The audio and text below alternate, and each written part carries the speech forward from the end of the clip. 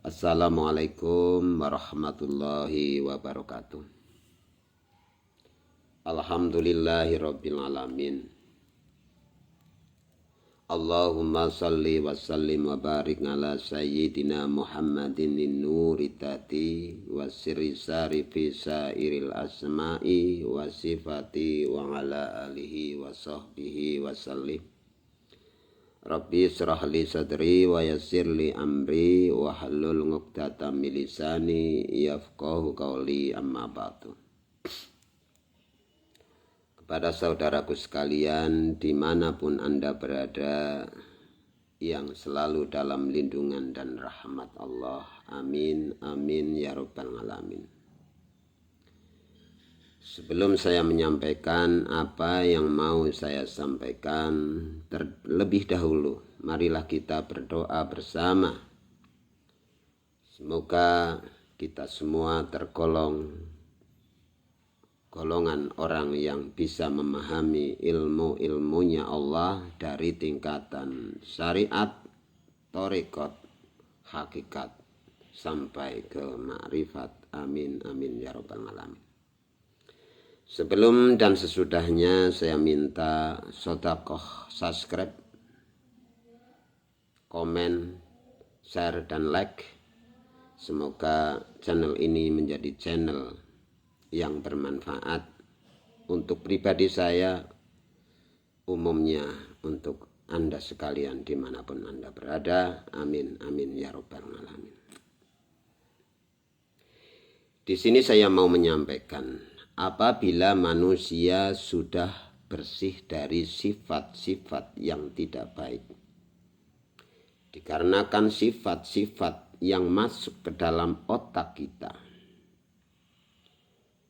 di mana apa yang kita lihat, apa yang kita dengar dirangkum oleh pikiran kita sehingga masuk ke dalam otak kita, apalagi bisa masuk ke dalam keyakinan, ke dalam hati kita. Di situ bisa menentukan senang atau susah, bahagia atau menderitanya manusia. Dan saya sampaikan kepada sekalian, apabila manusia bisa menjaga Baitul Ma'mur, Baitul Muharram, dan Baitul Muqaddas, saya yakin, hakul yakin, rumah sakit itu tidak akan ada penghuninya, karena tidak mungkin manusia bisa sakit tanpa memasukkan energi negatif ke dalam otak atau diri kita. Pikiran kita selalu memikirkan yang positif, di mana sungai-sungainya manusia selalu dijaga agar senantiasa tidak mengalir ke lautan batin sesuatu yang tidak baik, yang menimbulkan sesuatu yang menjadikan manusia itu menderita. Karena hati manusia adalah suatu tempat yang sangat luas, bahkan bisa disebut bahrum muhit, yaitu lautan yang tiada tepi. Mari kita buka bersama yang dimana di dalam Al-Quran itu diterangkan oleh Allah, menyambungkannya. Kita buka bersama di mana ada kalimat udkhulu fisilmi kafah, masuklah ke dalam Islam dengan kesemuanya. Janganlah Islam itu cuma dipandang sebagai agama. Janganlah Islam hanya dipandang suatu organisasi. Islam itu bisa diartikan selamat, bisa diartikan sejahtera. Siapa yang mau masuk ke dalam kesejahteraan dengan kesemuanya, maka diri manusia bisa dipastikan akan selamat dunia dan akhirat.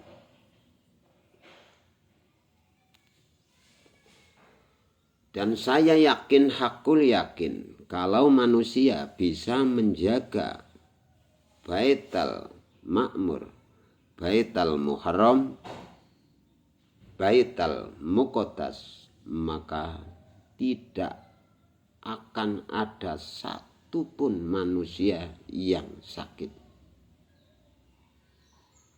Karena 92% manusia bisa terkena penyakit itu apa yang dipikirkan dan apa yang masuk dalam pikiran kita. Pertama, apa yang kita lihat. Setelah kita lihat, itu menjadi objek yang dimana ditampung dalam pikiran manusia. Jikalau yang dilihat itu jelek, pikiran kita itu tidak bisa menyaring, maka kejelekan itu bisa masuk ke dalam diri kita. Apa yang kita dengar? Jikalau yang kita dengar itu jelek, kok akal pikiran kita tidak bisa memfilter, tidak bisa menyaring, maka kejelekan juga akan masuk ke dalam batin kita. Kita lihat kiasan dari Sunan Kalijogo. Diperintah oleh Sunan Bonang, disuruh bertapa, bersemedi di pinggir kali. Apakah sungai Tuban, apakah sungai yang mengalir air umumnya? Hakikatnya adalah sudah jelas bahwa Sunan Kalijogo diperintah oleh Sunan Bonang untuk bertapa di pinggir kali adalah menjaga sungai-sungainya manusia itu sendiri.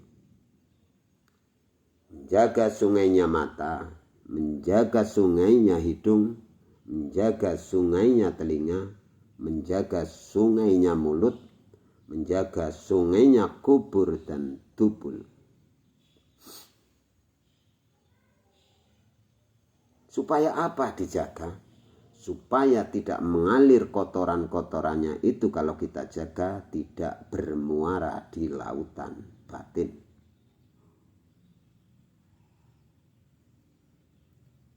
Kita kiaskan dan kita teliti.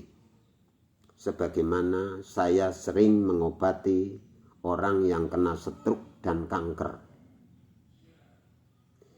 Itu kebanyakan pada teori hidupnya itu selalu mengumbar-ngumbar amarah. Suka membenci orang, suka memarah-marahi orang. Diakibatkannya jadi perbuatan-perbuatan yang diperbuat itu sendiri menjadi gumpalan darah, kotoran yang mengalir, akhirnya menjadi penyakit stroke atau kanker. Orang yang bakhil itu kebanyakan kenapa menjadi penyakit gula atau diabetes. Dan setelah saya selidiki, saya sering menyembuhkan penyakit atau dimintai tolong menyembuhkan penyakit gula. Orang yang kena penyakit gula rata-rata itu bakhil. Punya harta yang sebenarnya bukan miliknya tapi tidak disalurkan kepada orang yang membutuhkan. Punya ilmu yang seharusnya disampaikan balihoni walau ayat tapi tidak disampaikan. Akhirnya amanah-amanah Allah yang harusnya disampaikan, disalurkan, disimpan sendiri sehingga menjadi penyakit diabetes atau gula.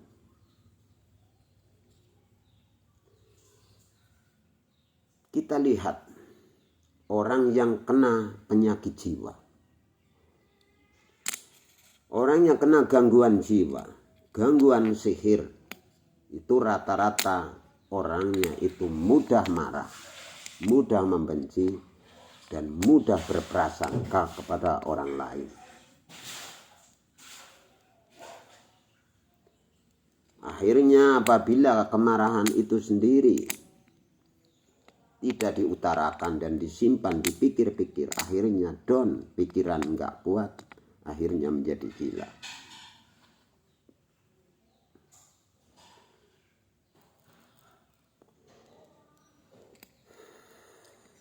Bagaimana cara kita mengatasi itu semua? Yang pertama, kita menjaga akal kita, yaitu membersihkan baitul ma'mur kita. Bait artinya rumah, makmur itu yang ramai. Baitul ma'mur adalah bisa dikatakan rumah yang sangat ramai atau tempat yang sangat ramai. Ramai memikirkan apa-apa. Akal manusia itu disebut baitul ma'mur. Tempat yang sangat ramai, alam surga dipikirkan, neraka dipikirkan. Belum dilakukan, sudah dipikirkan. Belum diperbuat, sudah dipikirkan. Bahkan apa-apa yang tidak mungkin juga bisa dipikirkan, maka disebut ramai. Apabila kita bisa menjaga alam pikir kita, melakukan hal-hal yang positif, menghilangkan ego, rumangsa, arogan yang di dalam pikiran kita, supaya tidak masuk ke dalam lautan batin, pikiran kita itu dijaga. Karena apabila pikiran kita sudah dijaga dari sekarang, maka kita akan memperoleh buahnya positif yang dilakukan oleh akal pikiran kita.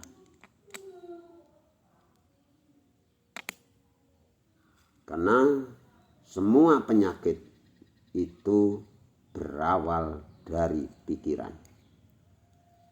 Masih adakah dalam pikiran kita itu kebencian? Masih adakah dalam pikiran kita itu permusuhan? Masih adakah dalam pikiran itu prasangka kepada sesama?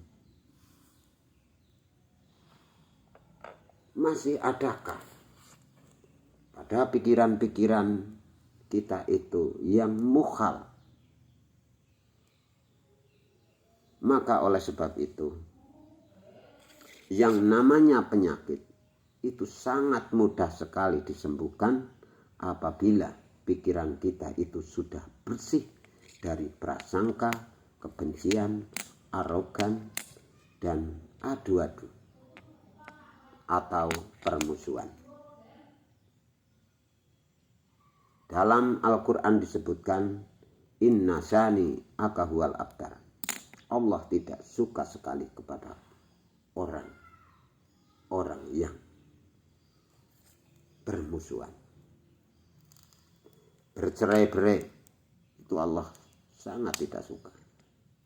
Apabila kita menghindari apa-apa yang tidak disukai oleh Allah dalam pikiran kita, maka kita bisa memperoleh kesehatan yang abadi, kesehatan yang murni, karena tidak memasukkan unsur penyakit ke dalam diri kita sendiri. Yang dimasukkan berawal dari pikiran. Khawatir. Kita semua pernah merasakan khawatir atau ketakutan, yang dimana di tempat sepi itu sudah gonjang-ganjing pikirannya, padahal tidak ada apa-apa.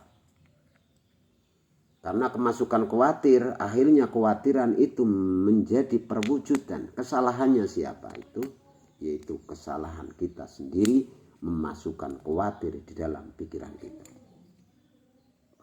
Padahal di dalam Al-Quran sudah diberitahu, wala takhafu wala tahzanu. Janganlah takut, janganlah khawatir. La tanazzalul malaikati innallaha ma'ana. Kita semua itu berserta kepada malaikat-malaikat Allah. Kita diberi malaikat-malaikat Allah untuk membantu kita.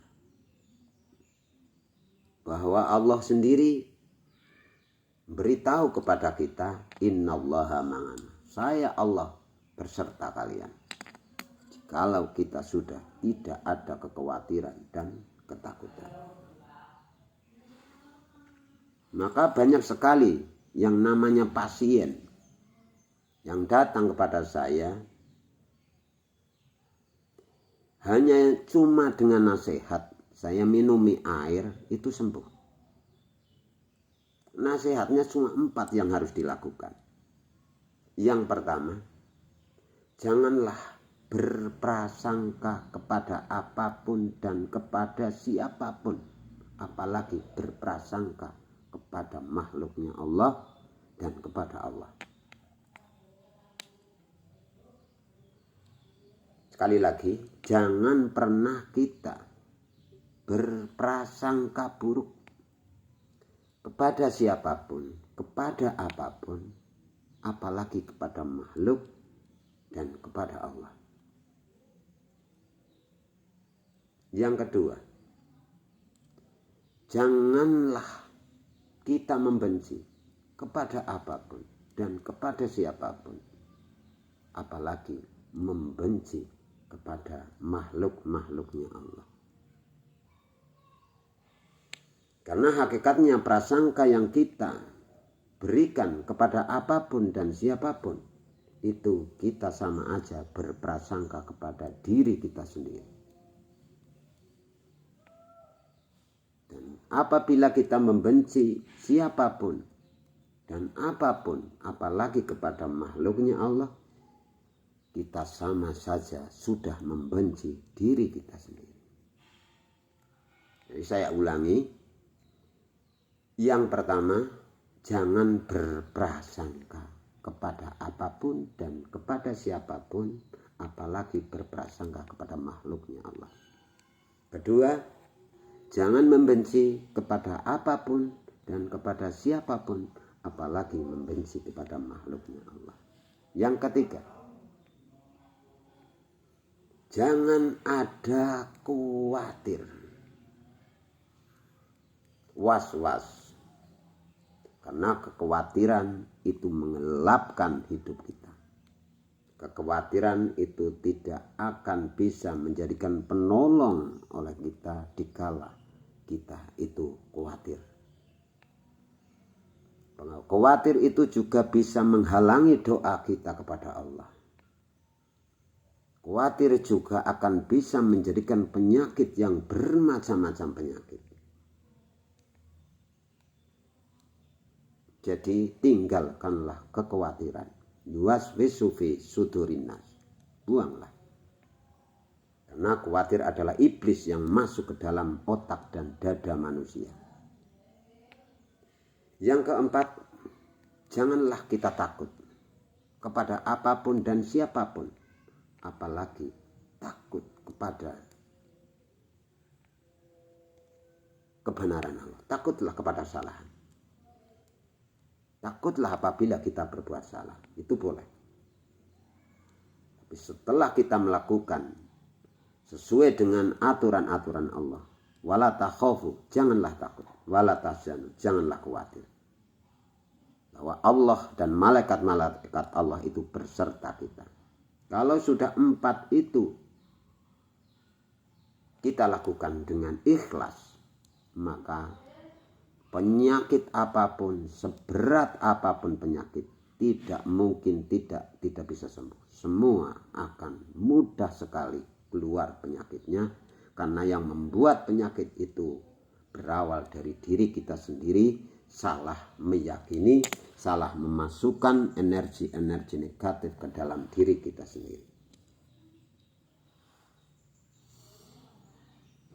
Kita ambil pelajaran. Melihat orang gila yang di luar sana, yang memakan makanan mungkin sudah menjadi makanan yang basi dan busuk, dan memakan makanan yang tidak layak dimakan, tapi nyatanya orang gila itu tidak pernah kena penyakit. Akal pikirannya sudah kosong, tidak memikirkan apa-apa. Berarti bisa diambil kesimpulan bahwa penyakit-penyakit yang masuk ke dalam diri manusia itu atas ulahnya manusia itu sendiri. Yang tidak bisa menjaga baital makmur, yaitu akal manusia. Saya ulangi, agar manusia itu mudah sekali yang sedang dalam kegaluan atau sedang mengalami penyakit yang ditimbulkan oleh pola laku manusia itu sendiri.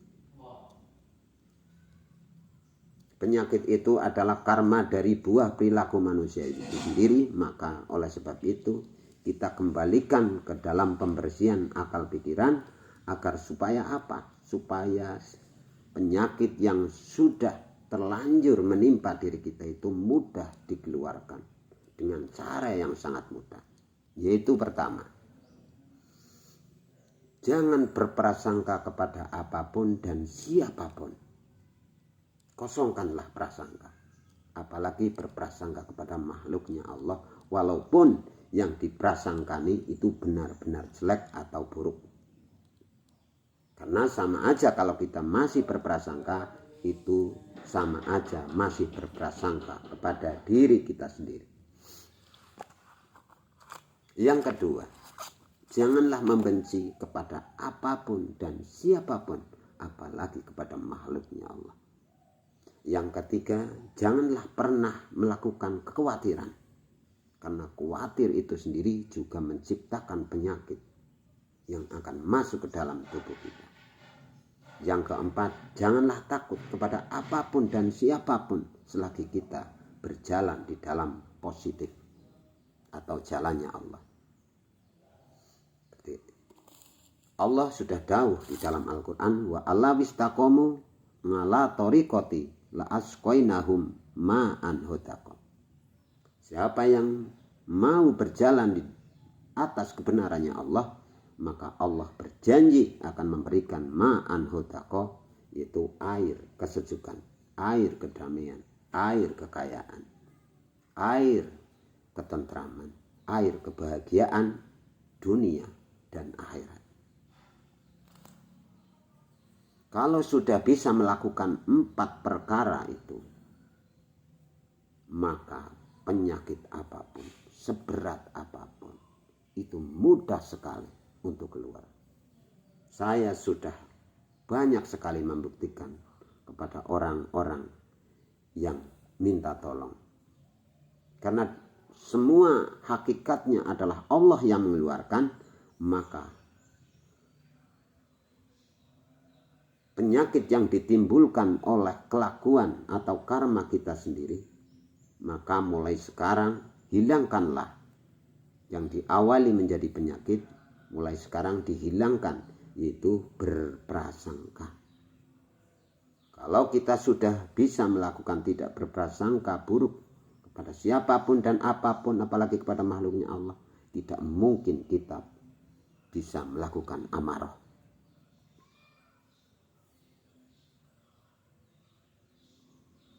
Memikirkan yang tidak-tidak. Tidak mungkin kita bisa arogan, semaunya sendiri, merasa benar sendiri. Karena apa? Kita sudah benar-benar tidak mau berprasangka kepada siapapun, apapun, apalagi kepada makhluknya Allah. Yang kedua, jangan membenci kepada siapapun dan apapun, apalagi kepada makhluknya Allah. Yang ketiga, jangan punya sifat khawatir masuk ke dalam pikiran kita. Yang keempat, janganlah takut selagi kita berbuat baik. Janganlah takut kepada siapapun dan apapun. Kalau sudah 4 itu, apabila contoh kita kena penyakit, jangan khawatir kalau penyakit itu tidak sembuh. Jangan takut kalau penyakit itu tidak bisa sembuh. Kalau sudah bisa membersihkan, kita tidak berprasangka dan tidak membenci kepada apapun, maka penyakit apapun, saya katakan, itu tidak mungkin tidak sembuh. Karena semua penyakit itu disebabkan oleh karma yang dilakukan oleh kita sendiri. yang tidak hati-hati memasukkan data atau pemikiran buruk yang masuk ke dalam, tersimpan dalam hati kita. Yang kedua, Baitul Muharram juga harus dijaga. Yang semestinya sungai-sungainya apabila sudah terjaga, pastinya batin manusia itu bisa bersih dari sifat-sifat yang menimbulkan penyakit, yang menjadikan penyakit diri manusia. Maka oleh sebab itu, praktekanlah, benar atau tidak. Kalau kita sudah bisa membersihkan pikiran, hati, dan syahwat, maka rumah sakit itu tidak ada orang yang sakit. Rumah sakit itu tidak ada. Nah, sakitnya manusia itu karma dari manusia itu sendiri. Sakitnya manusia itu salahnya memasukkan data-data buruk di dalam pikiran kita sendiri. Cukup sekian apabila banyak kesalahan, karena di sini itu sudah waktunya sholat duhur. Dari saya pribadi mohon maaf yang sebesar-besarnya. Semoga yang belum paham bisa komentar di channel ini, menanyakan penyakit apa dan mengapa dan bagaimana caranya menyembuhkan. Boleh konsultasi, karena konsultasi itu gratis. Hilangkanlah kebencian, karena kebencian itu tidak akan melahirkan kebahagiaan. Hilangkanlah prasangka, karena prasangka juga tidak akan melahirkan kebahagiaan. Dari saya, usikum nafsi bitaqwallah, wallahu muwaffiq ila aqwamit thoriq, ihdinas siratal mustaqim, sabitna siratal mustaqim. Wassalamualaikum warahmatullahi wabarakatuh.